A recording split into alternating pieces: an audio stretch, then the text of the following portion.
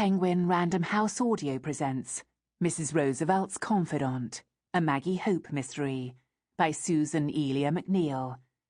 Read for you by Susan Duerden. Southern Negro speaks. I reckon they must have forgotten about me when I hear them say they're gonna save democracy. Funny thing about white folks wanting to go and fight way over in Europe for freedom and light. When right here in Alabama, Lord have mercy on me. They declare I'm a fifth columnist if I say the word free. Jim Crow all around me. Don't have the right to vote. Let's leave our neighbor's eye alone and look after our own moat. 'Cause I sure don't understand what the meaning can be when folks talk about freedom and Jim Crow me. Langston Hughes, 1941. Prologue. Franklin! Eleanor Roosevelt demanded in high-pitched, warbling tones just short of dulcet. Why didn't you tell me Winston Churchill's coming to the White House? It was morning, and she opened the door of the president's bedroom without knocking. She stood next to the presidential flag, hands on hips, glaring. She was a slim, tall, middle-aged woman who seemed constantly in motion, except for rare moments such as this. Her thick grey hair was pulled into a low chignon. She was already dressed for the day, wearing a simple suit and low-heeled shoes. A triple strand of pearls encircled her neck. President Franklin Delano Roosevelt, armed with newspapers, mail, and messages, was taking breakfast in his narrow white hospital bed. The room was furnished with a heavy dark wardrobe, a mahogany bureau, and an old-fashioned rocking chair.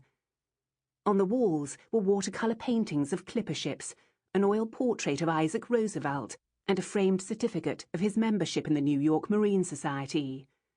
The ornate Victorian fireplace was carved with vines and grapes and showcased a collection of miniature pigs, as well as silver-framed photographs. A stocking with the name Fowler, embroidered and trimmed with golden bells, hung from the mantel.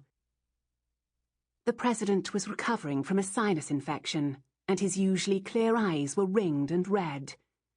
The morning headlines for December the 22nd, 1941, were far from reassuring. 80 Japanese transports appear off Luzon. US sank or damaged 14 U-boats in Atlantic, and Hitler ousts army head, seizes full control. Not to mention the continuing fallout from the attack on Pearl Harbor 15 days earlier. In papers around the nation, there was speculation about a Japanese attack on San Francisco, fears of a Japanese terrorist attack with suicide agents in Washington, D.C., and rumours of Nazi U-boats patrolling the East Coast with an eye on Montauk, Long Island, and Boston. And there was news about citizens of Japan living in the United States arrested under the Enemy Alien Act and sent to immigration detention centres. The true and staggering amount of devastation the Japanese attack at Pearl Harbor had wrought on the US Navy was still not being reported to the newspapers, and so was still unknown by the average Joe, who heard only about a heavy loss of ships and planes and a death list that remained incomplete. Fowler, the Roosevelt's small black Scottish terrier, was also taking breakfast in bed. The curled-up dog accepted the tiny pieces of bacon the president fed to him. Behind Roosevelt, and the most famous dog in the land, was a shelf with a half-finished model ship, various medicine bottles, nose drops, bits of paper, pencil stubs, a stack of books, an ashtray full of cigarette butts, and 3 telephones. Outside, fog obscured the dying rose garden. At 59, Franklin Roosevelt was a tall, robust man, except for his legs, which were paralysed by polio. He had a large, oblong face with a jutting jaw and silver pince-nez spectacles balanced on the bridge of his nose. He kept his Camel's cigarette in an ivory holder between his teeth. In public, he always held it up at a jaunty angle, but in private, the angle of his cigarette holder gave away his mood, much like Fowler's tail gave away his. This morning, the president's cigarette hung loosely in his mouth, pointing to the floor.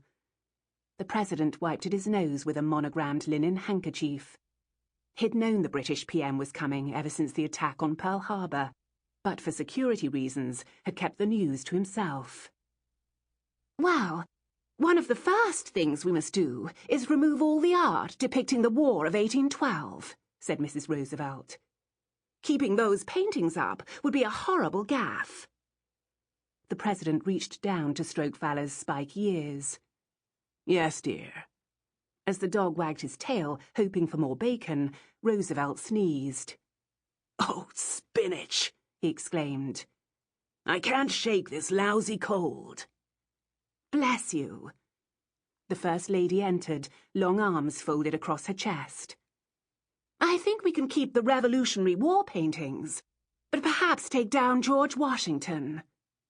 "President Washington," the President echoed, giving a good blow. "Keep him up. Churchill has high respect for the Founding Fathers, so I've read. And even if he doesn't, Washington's still our first president. As the British learned in 1776, and the Axis powers will discover soon, the American spirit is indomitable." Franklin looked at Eleanor over the wire rims of his spectacles. "The Prime Minister's a guest, yes, and now our ally. But we're going to be negotiating quite a few things while he's here, including the fate of the British colonies. Might not be a bad idea to remind him who won the Revolutionary War." He slipped another morsel of bacon to Fowler, who wagged his tail in appreciation. "But why didn't you tell me earlier, Franklin? And I can't find Mrs. Nesbit anywhere. What are we going to serve on such short notice? She's a mediocre enough cook as it is. If only I'd known." There was the heavy drumbeat of footsteps, then a knock at the open door.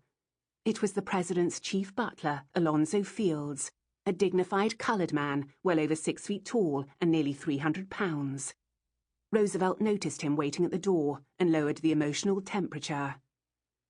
"Now, Eleanor, all that little woman would do, even if she were here, is to tell Fields what we can tell him ourselves right now." He looked to his butler. "Fields, have your staff prepare bedrooms for the Prime Minister and his party. And if you see Mrs. Nesbit, tell her to find Mrs. Roosevelt at once. We'll need dinner for 20 at 8, 9 at the latest." "Yes, sir." Eleanor blinked. "My word, Franklin, I don't think you realize how much work a visit from a foreign dignitary takes. And even with Tommy on Christmas vacation, Blanche didn't show up for work today. She didn't even call. It's not like her." Malvina Tommy Thompson was the secretary who usually took dictation for the First Lady's My Day newspaper columns. Blanche Balfour had been brought in to temporarily replace her. "I'm sure Blanche is fine. And let the staff take care of everything. It's their job." Fields had waited. "Anything else, sir, ma'am?" "Thank you, that's all," said the President. Fields left, his tread heavy on the hall floor. But Eleanor was still fretting. "As First Lady, it all reflects on me, you know. And in addition to my column, I have a press conference today." She began to pace at the foot of the bed, from one end of the worn Persian rug to the other. "I know you'll do a bang-up job, Babs." His use of her nickname softened her edge a bit. The President kept his eyes on his newspaper, but the First Lady would not be put off. "And Franklin," she stopped pacing to look at him. Already a statuesque woman, she towered over the man sitting up in bed. "Have you had a chance to read my letter to the Governor of Virginia regarding the impending execution of Wendell Carton?" The President sighed. "If you haven't noticed, dear, we're at war. I have more on my plate with the Japs and the Huns than I know what to do with. And now with Winston coming. A man's life is at stake." Franklin Delano Roosevelt was president, but Eleanor Roosevelt was the matriarch of the family and a political powerhouse in her own right. Not only was she the president's eyes and ears for places his wheelchair couldn't take him, but she exerted a moral influence of her own. "I know." Roosevelt looked up at his wife. "But I can't rile up those boys from Dixie right now, just as we're entering this war. We all need to pull together to win, North and South." Sample complete. Ready to continue?